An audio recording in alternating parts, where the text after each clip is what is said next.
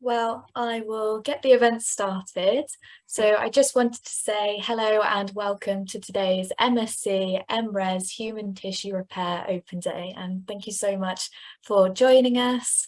My name is Kate Thomas. I'm the Events Officer in the Faculty of Medical Sciences here at UCL and your chair this afternoon. We're hoping the session will address those course-specific questions you may have and will help you to gain an insight into what it is really like to study on our exciting Human Tissue Repair MSc MRes programme. I'm also really delighted to welcome today's speaker, Dr. Markella Ponticos, who will provide you with a summary of our Human Tissue Repair MSc programme, and there will be a Q&A session and plenty of interactive opportunities for you all to join in throughout today's session. This session is being recorded and will be made available following today's event on our website. So we're here to respond to your questions, so please share those throughout using the Q&A function on Zoom or the chat function. And now to introduce our speaker, we have Dr. Ponticos. Dr. Ponticos is Associate Professor and Director of MSc MRes Human Tissue Repair Programme. Thank you so much, Markella. But before I hand over to you, we're going to run a very quick poll. So just to hear a little bit about you and your background, and that will be really helpful for us to know in planning for the Q&A part of the event. So hopefully a poll would have popped up on your screen. So the question is, what was your undergraduate study on? So we've got 5 options there. Obviously, we've got another option as well. So please do pop in the Q&A function if you want to let us know what the other option is. We would love to hear from you. So we've got medicine, biomedical sciences, life sciences, bioengineering, biophysics, and then other. So I can see we've had 1 response. So I'll just give it a couple more seconds. Just got, yep, they're coming in now, perfect. Might have been a bit of a delay with the poll. I've got 66% that have submitted their answers. Great. Okay, well, we'll leave it there and I'll just share the results. So we have a mixed group, which is fantastic. I don't know, Markella, you should hopefully be able to see the results. So obviously we've got some medicine, some from biomedical sciences background and other. So we're particularly interested in hearing from the other option as well. So please do let us know. As we've got a slightly smaller group as well, what we'll do is we'll actually promote everyone to panelists, and as it's a smaller group, we can have a more conversation, which is always lovely. I know that Markella and I always love meeting any prospective students in a more networking way, and having conversations are always wonderful too. So I'll do that whilst I hand over to Markella. So now over to you. Hello. Good afternoon, everyone. I'm just going to share my screen as I have a presentation to give you all. I hope that you can see this. Yeah. So my name, as Kate mentioned, my name is Markella Ponticos, and I'm the director of the Human Tissue Repair program at UCL in the division of medicine and surgery. The ethos of the Human Tissue Repair program is that it's a multidisciplinary program, and what we try to do is have an integrated approach to human tissue repair, bringing in many disciplines from medicine to fundamental scientists to immunologists to tissue engineers to surgeons. In reality, we try to reflect the skills that are required to address the pressing challenges that we have in medicine and treating diseases in the present time. So the program is put together by the UCL divisions of medicine and surgery, and we have guest lecturers from the pharmaceutical industry, many of which are collaborators of the lecturers that that deliver our course. We usually teach you things that you can't find in textbooks, and it's down to the individual research that is carried out by very many renowned scientists, clinicians in their research laboratories that you will learn from. It's cutting edge information that you can't find in textbooks, and it's very current, and it changes year in, year out as the research changes and progresses. The program also is quite famous for the amount of flexibility we offer to our students and the wide choice that is offered to accommodate students' preferences and scientific interests. And I will talk about this a little bit later on. We use innovative teaching practices, not just lectures that you go to and you go home and learn. We use problem-based learning, which is aimed to embed your knowledge, and we also use a variety of formative and summative assessments. We also try to incorporate in the program activities that will develop your key and transferable skills. For example, presenting to lay audiences and to scientific audiences, writing concisely as a scientist, and so forth. Critical evaluation of literature, which is very, very useful in many other situations. And of course, all this means that our graduates have many destinations, are very, very successful after they leave us. So the crux of human tissue repair is basically learning about all the complex systems and processes that are involved in human tissue repair, and how the body responds after injury and during regeneration and in pathology and disease. So we take a view, as you can see here from this diagram, we take a view of human tissue repair as a 3D process where you can view it from various angles, but in order to understand it, you need to see it as a whole. And so other courses may concentrate, for example, in inflammation or in immunology, or potentially in intervention or therapy.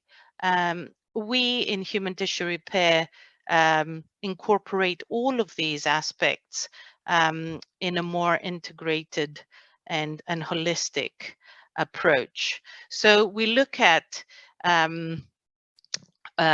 the inflammatory responses and how um, uh, inflammation is orchestrated in injured tissues between infiltrating cells and resident cells.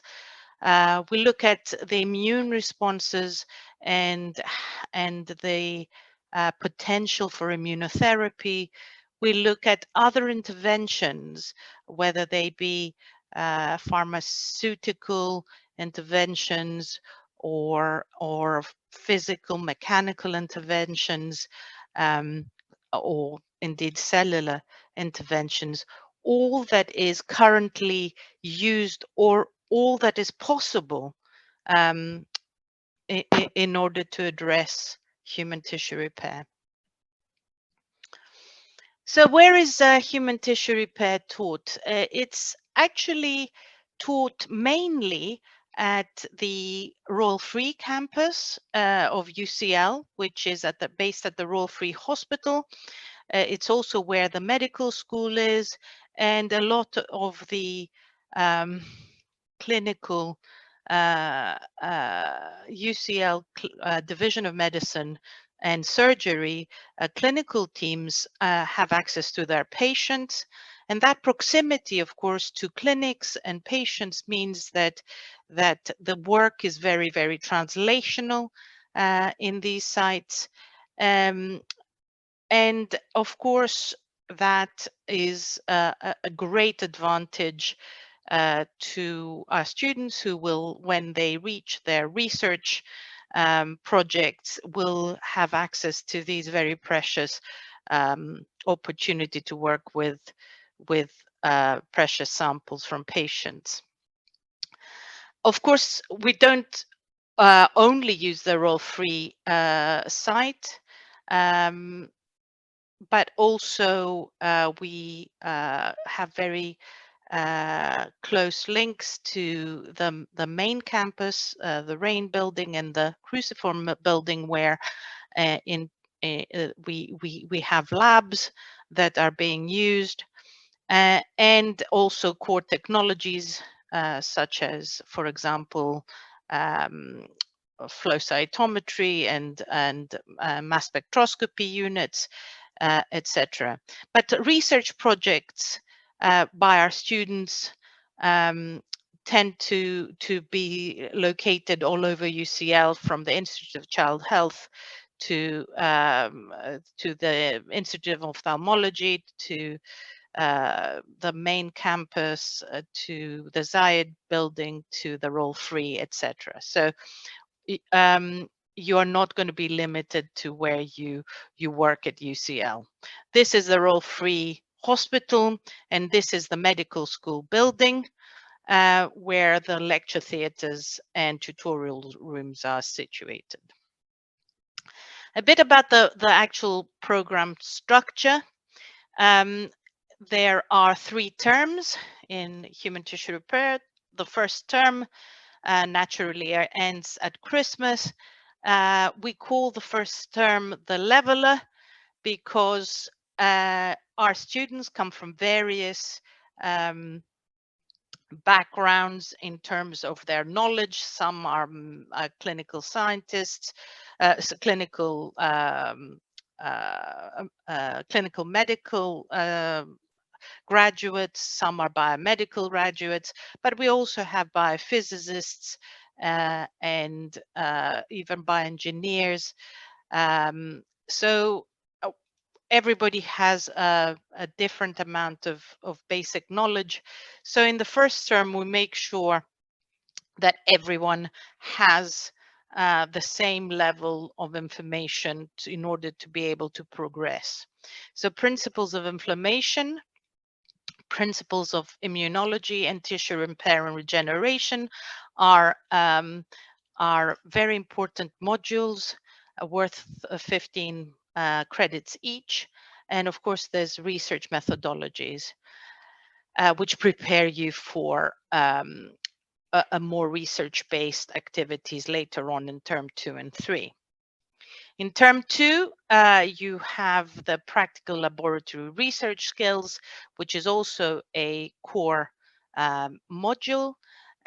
This is a lab-based module where we prepare you with all and equip you with all the techniques that you will, or the most common techniques that you will need to before you go into a research project in somebody's lab. And I will talk about this a little bit more in more detail later on. Then you have an option. You can either choose the immunotherapy pathway or the transplantation science pathway. You can decide this in term 1. You don't have to decide from the beginning. You can change your mind. But at the end of term 1, most students have decided to either go down the immunotherapy pathway or the transplantation pathway. You do that by choosing a selective module, either immunological basis of disease or transplantation science. And that once you go into this pathway, you will that will determine what your degree will be called, and at the end of it, and you will graduate with a degree, either an MSc or an MRes in human tissue repair immunotherapy, or an MSc or an MRes in human tissue repair transplantation science. If you want to do an MRes or an MSc, you can register from the beginning, or you can again change your mind up until the first term, because the first term modules are shared, and you can therefore change without impacting your decision. So the difference between an MSc and an MRes is that the MRes students do not have any optional modules to take. In term 2, they have the practical laboratory research skills, either the immunological basis of disease or transplantation science modules, and they go straight into a research project that lasts until the end of August. So the research project for MRes students is worth half of the degree, that is 90 credits, whereas MSc students, their research project is worth 60 credits and usually starts around Easter.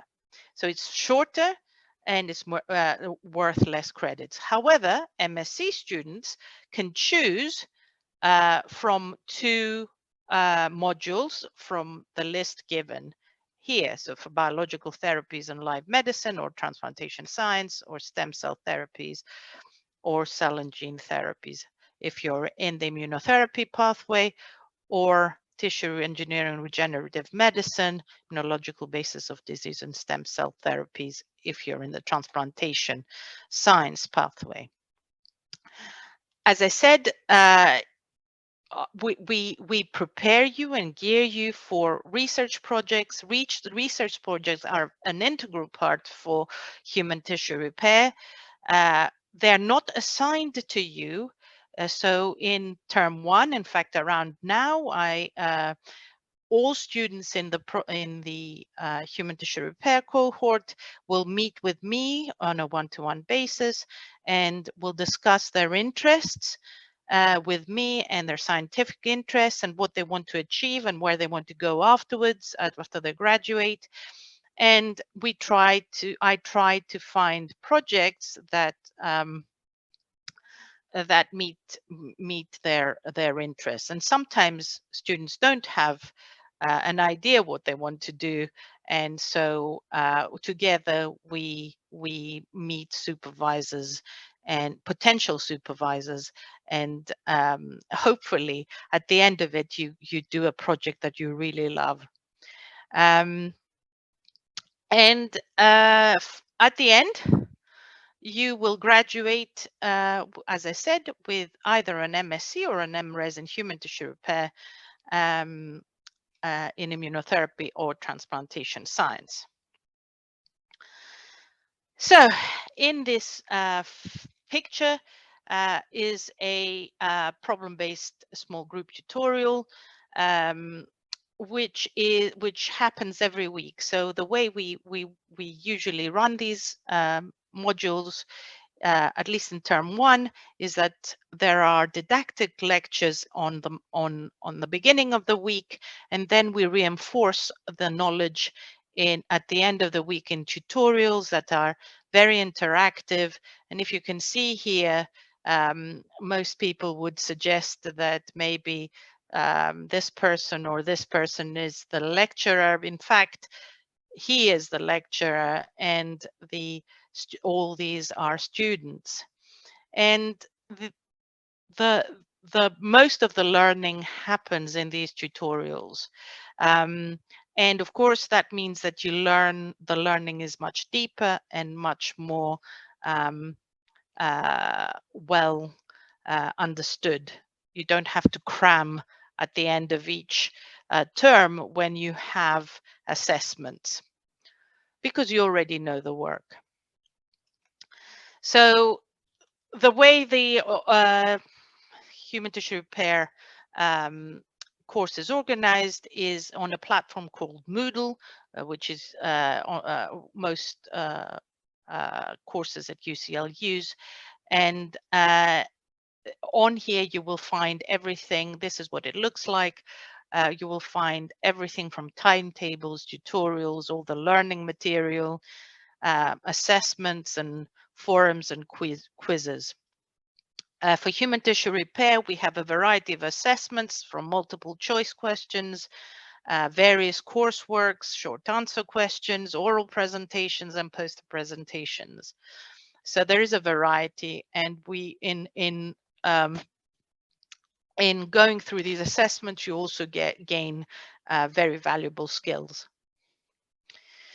The practical laboratory research skill module is a fantastic module. Not many places offer wet lab modules. And here you will learn a theoretical and practical introduction on experimental techniques from lab safety, cell culture, transfections, flow cytometry, qPCR, isolation of proteins, RNAs, DNA, SDS page, all sorts of ELISAs, flow cytometry, all of these techniques you will find that you will need to use in your research project. So you come equipped before you go into your labs. About the research projects, these are some examples of the research projects that we had last year. You can see that they're very, very specific. There is no list of research projects because our students in human tissue repair join labs, and in any lab, the research progresses at a pace. So you know, the projects are current at the time when the students join. But you can see the variety of topics reflect actually the students' interests, and they include scaffolds and tissue engineering in pancreatic cancer, thromboinflammation in peripheral vascular malformations, CAR T-cell work in neuroblastoma, neural oligodendrite expression of opalin in the brain, collagen matrices and tissue engineering, novel therapies targeting macrophages. The projects are very, very specific to the students who selected them. And at the end of that, that means that these students are very, very prepared to go into whatever they want to do. Most students want to go on to do PhDs, although some go on to do medicine. Those are not medically qualified, and those who are already medically qualified feel that they're in a position to become clinical scientists and go for clinical fellowships that involve research. Others go straight into the pharmaceutical industry, but all of them keep in touch and where they've gone.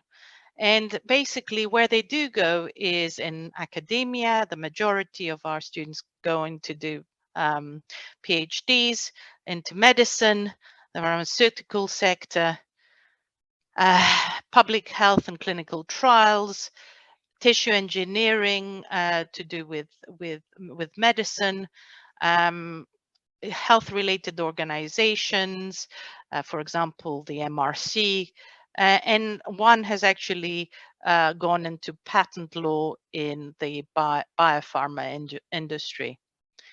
So I hope I've given you a flavor of the course, and I would be very happy to take any questions.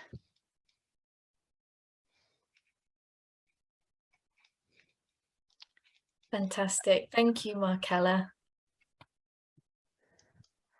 Sorry, I've stopped sharing now. No, that's perfect. No, thank you so much for providing an overview of the programme. I can see that we have a couple of guests that have chosen to be promoted to panelists, which is fab. Wonderful. So we will definitely get to you, but I will just start the Q&A with a question I have, Markella, which I'm sure our attendees will be interested in as well, is what kind of students are you looking for? Like, do you have any tips for the application? I'm sure everyone shares my view in being interested in finding out about that. Okay, so the main thing that should come from your application, and the main thing that I look for when I interview people, when I interview most people, is that they are enthusiastic and they really, really want to do this. Everybody in this course has a different reason for coming to this course. And all reasons are valid, but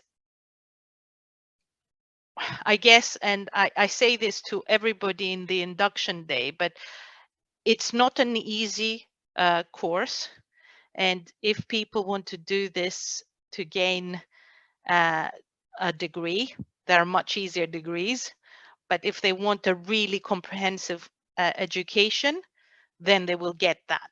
So we need really enthusiastic people. So if that comes across on your personal statement, then you will get a place in this course. Fab. And do you advise any kind of reading or further reading that prospective students could do in prep for the personal statement, or would you prefer to have just more of the enthusiasm come through? Yes, there is no, so a lot of people ask me reading lists. It's really hard to learn. There are no books on human tissue repair. Even if you do medicine, and a lot of clinicians who join the course find this, even qualified clinicians find this, that the level of detail that they need to know and understand about the diseases that we cover and about the mechanisms that we cover in this course is beyond what you will get in textbooks. We teach from the literature that is amassed, but we also teach you to shift through the literature and recognize what is dubious and what is correct and what should be followed up on. So I don't actually recommend any teaching, any reading in advance.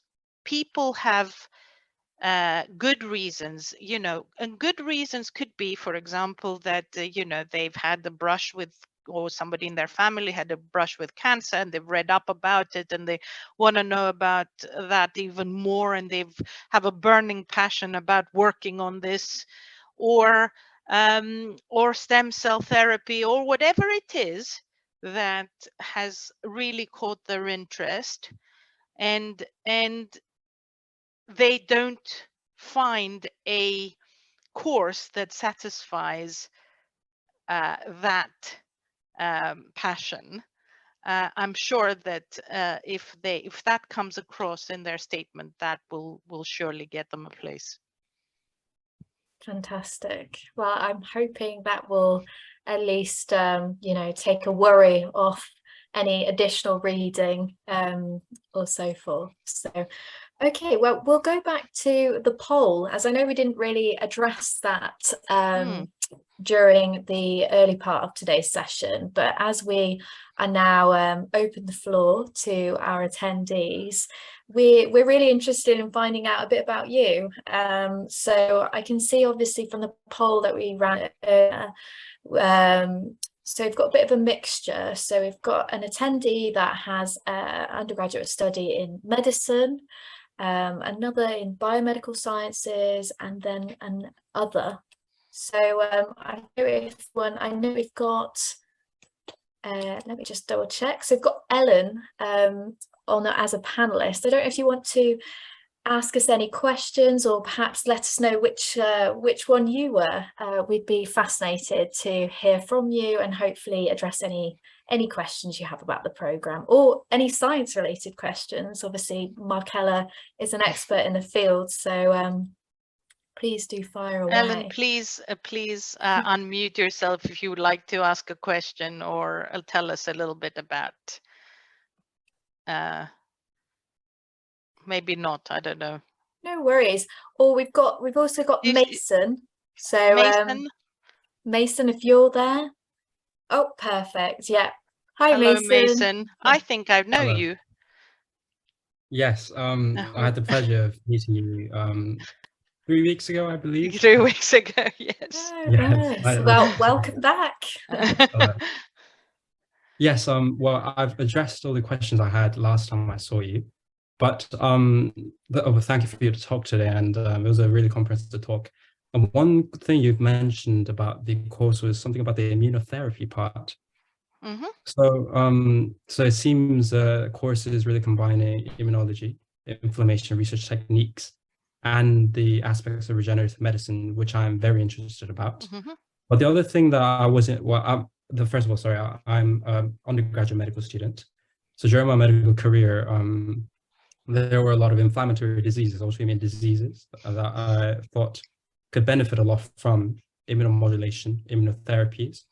And some of the questions that I had were, for instance, some specific ones that I was interested in was the T cell maturation at the thymus, the positive and negative selection, and possibly, finding out the factors that affect the maturation and the selection to maybe reduce the number of T cell maturations that become autoimmune T cells. So something like that. Is that something that can also be studied at this program? Absolutely. We have 2 projects currently that 2 students are actually taking. One is on T cell exhaustion in an autoimmune disease, and another one is on T cell maturation in another autoimmune disease in another lab. So basically, all these things, there are very few things that you're interested in that somebody's is not working on at UCL. The point, sometimes the most difficult thing is, though, that students having not knowing quite a lot of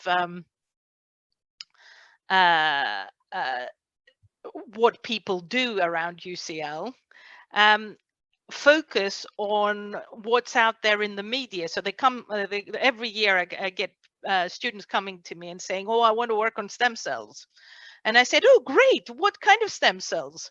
And then there's a freeze because they haven't fully worked through that. So my job is to go through things, and what I've been at UCL since 1998. I practically know almost everybody who works in the life sciences and the colleagues that work on different things. So if I don't know who they are, then I will find out who the people working on what you want to work on are, and I will put you in touch.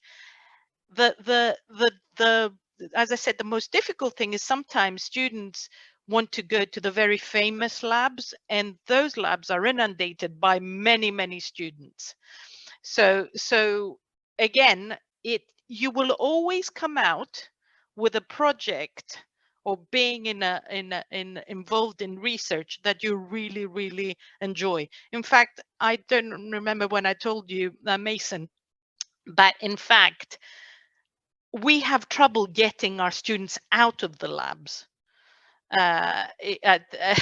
You know, come August, when they're supposed to write up and submit their projects, we have trouble stopping them, you know, telling them, all right, enough of, you've done enough now, you can write up and go. So usually they're very engaging environments once you are matched with in a project that you really like. Okay, thank you. So yes, to your question, T-cell maturation, T-cell exhaustion, plenty of people working in this. I see. But and I'm currently at the stage of writing my personal statement, and just to make sure that my interests align and that I will get the opportunity that I wish to get at this program. So one of my main interests in applying to this program, tissue repair, is to learn how tissues heal under different environments, different stress, identifying the factors that affect healing, accelerate healing or decelerate healing, and then to learn how to modulate it, for instance, to repair tissue function that has lost its function, for instance, dead retinal cells, cirrhotic tissue. So am I in the right, you know? Yes, study? all of the above. Everything you just mentioned is addressed, is taught, and then your problem will be choosing what project you want to do, because these are several projects that would fit that, and you'll have a problem choosing. I see. It seems the program is very varied and quite advanced in very niche areas. So one of the other questions I have was coming from a medical background, where there will be a lot of very well-read scientists, bioengineers and biomedical students coming into this program. What do medical students, particularly struggle to pass exams or? No, they don't particularly struggle, although there have been in the past a couple of medical students who come thinking that it'll be a doddle, and it's not. So you will learn that medicine or medical school has not taught you the level. I mean, it's impossible at medical school to reach the detail that we teach you here. So yes, you won't struggle to pass, I can tell you that, or do really well, as long as you realize that it's not going to be a doddle either. Okay, I understand. Thank you. Great, thank you so much, Mason. Did you have any other questions, or hopefully Markella's covered everything? But... Yes, Ellen is trying to unmute and is having problems unmuting, apparently. Ellen, do you know how to unmute? You just have to click on the microphone. If not, we have got Ellen's question in the chat as well. What is the question? Sorry, I haven't opened the... Yeah, no worries. So Ellen's question is, so she's currently in her second year of biomedical engineering. With what she's currently doing, will it make her fall behind other students, e.g. those who do medicine as their undergraduate Absolutely not. Absolutely not. We have very successful bioengineers who are incredibly successful in here in this course. In fact, what it will do is give you an advantage, because a lot of bioengineers have no clue about basic mechanism of cellular mechanism of disease, which this course provides, and it will give you a huge advantage. And I don't foresee any disadvantage in you doing this course. We have had bioengineers, we've had even mathematicians who are interested in biomathematics, AI, and everything such as that, and still is and are still very successful. Apart from enthusiasm, is there another factor that stands out within the personal statement? I like people to be honest in their responses. So, you know, if you are not sure about which way you want your biomedical career to go, and this course is a way of finding your path, I want you to be honest about it. There is, you know, I'm not looking to be impressed by stellar achievements as an undergraduate. What I want is people who have really thought about what they want to do, because we strive to help you achieve that and to go on to do what you want to do after that. It's a stepping stone, but also to equip you with all you'll need. It's a competitive I would say market, but a place after you leave your master's degree, whether you go into pharmaceutical industry, whether you go into academia, it's very competitive. And this, what we are trying to achieve is equip you with all the skills you need to be able to survive and thrive in your next step. So make of it what you will. It's not handed to you, but all the opportunities will be given. I think Ellen just says, thank you very much. So that's always lovely. Hopefully, Ellen, we've answered your questions, but again, we've still got 15 minutes left. So if you think of anything else, please feel free to pop it in the chat. If you still can't get your microphone to unmute, that's fine. We have actually got another question. I'm not sure who it's from, but thank you anyway. Hopefully we'll be able to answer it, but please feel free to, if we haven't quite got the right answer, to put another question in or chat, or you can switch your microphone on as well. So this question is about the research project in the third term. In the past, have you found that students have gotten the most of their research projects and have been able to produce good data and results given the time spent in the lab? So yes is the answer to that.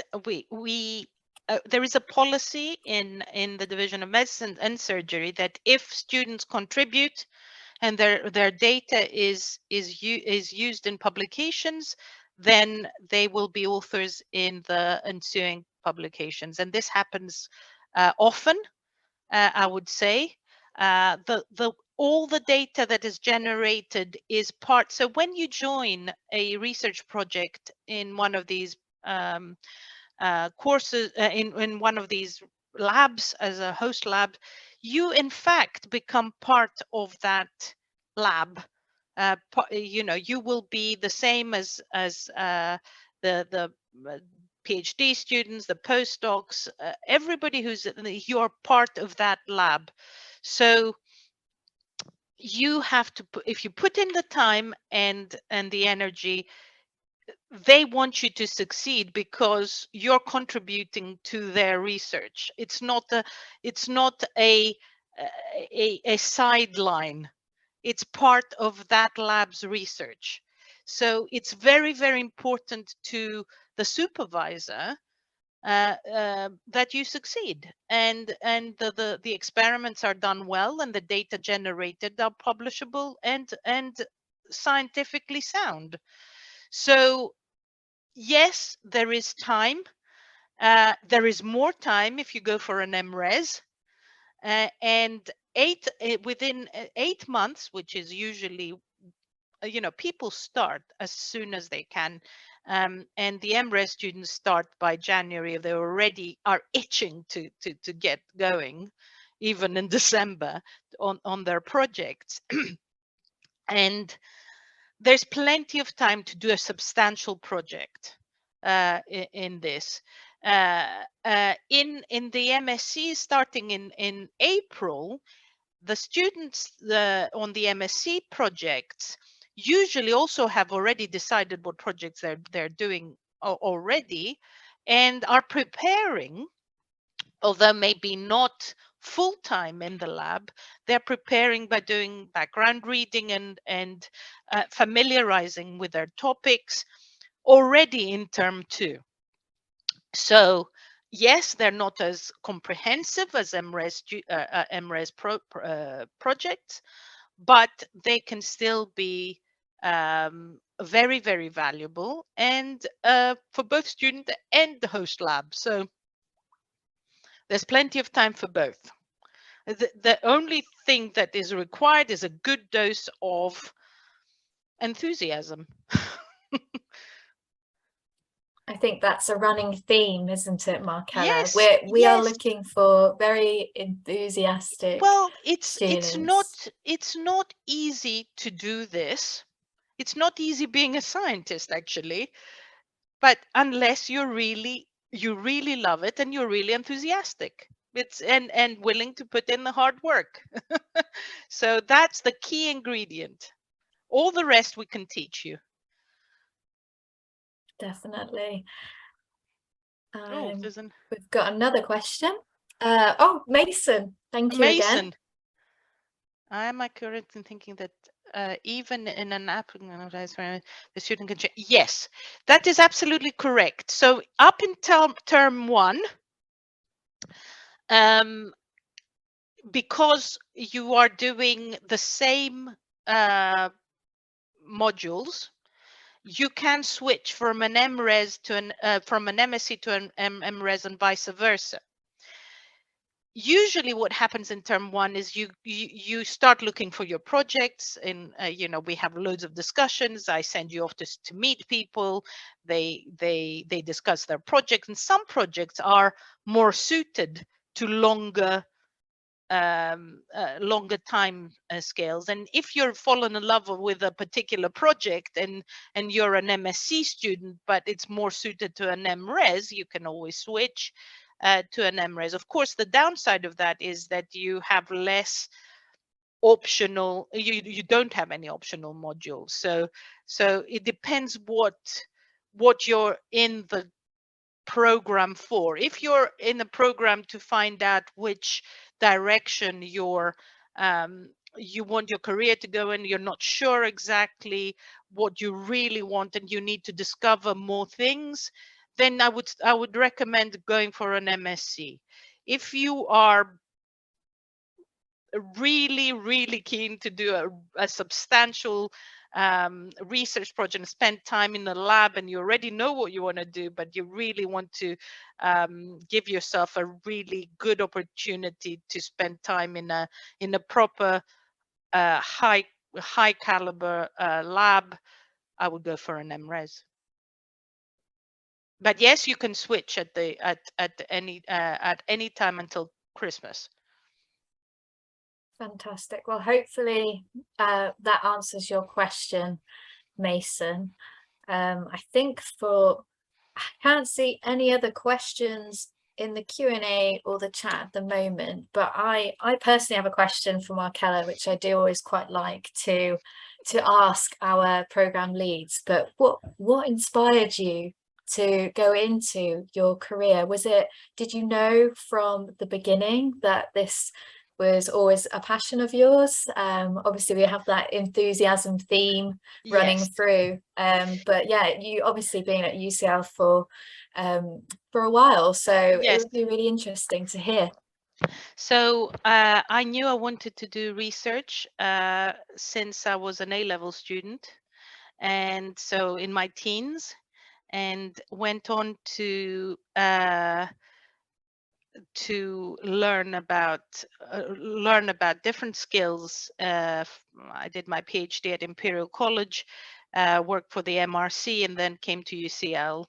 And I have my own research group. I work on cardiovascular science. I'm a British Heart Foundation fellow, but also a specific interest in cardiovascular diseases associated with rheumatology and connective tissue diseases and autoimmune diseases. So inflammation is a big part of my work, and I only came into teaching about 10 years ago because I was asked to create a master's program like this, and I felt that a lot of the people who were applying to come to work as postdocs or PhD students in our labs did not have the skills that we wanted, that we required. Although they were perfectly qualified and had very, very good CVs, they didn't have the kind of skills that we required. So we set about making a wish list of things that we wanted, people coming to our labs to have, and that's how this program was conceived. So what we teach you are the things we require if you were to join us afterwards.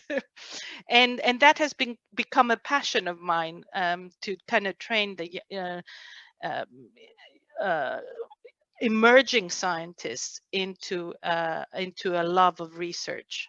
Yeah, that's how I got into it. Thank you for sharing your love of research with us. It's definitely, again, yeah, we can definitely see that you're a very enthusiastic researcher as well. So that's always very inspiring to hear. We have actually got another question that's popped into the chat from Andrea. So they've just said, thank you very much for the great presentation. They're wondering if there were also possible opportunities for translational research within the research project. Are there labs that focus on applying wet lab research findings into clinical settings and perhaps working on implementing therapies? Every single one of the projects that we do, everything is translational. All of them are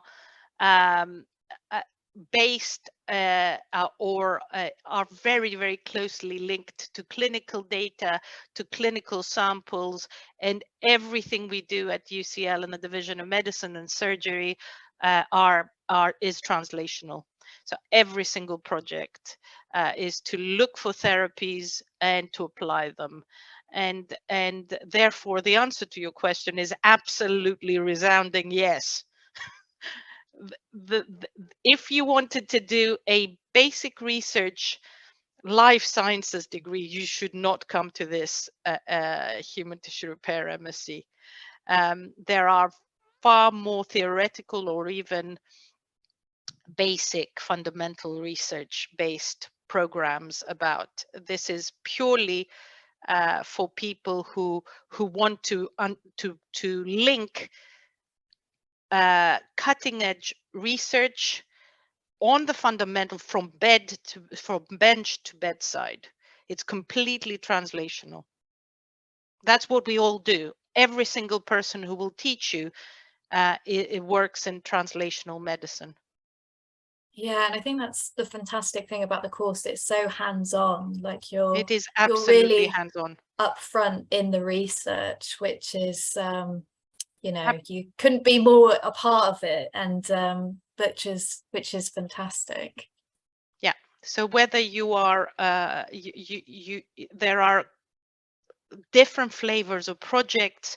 Many projects are very, very clinical, and if you are have a medical degree, you might prefer something like that. Although quite a lot of our clinicians who do human tissue repair actually choose to go for something that is much more fundamental and see how they both link. But in every single case, all of the projects that you do will be, you know, even from tissue engineering and making organoids that will help cancer patients, or you know, CAR T cell therapy, or you know, immunotherapies in lupus, or whatever it is you do is all translational.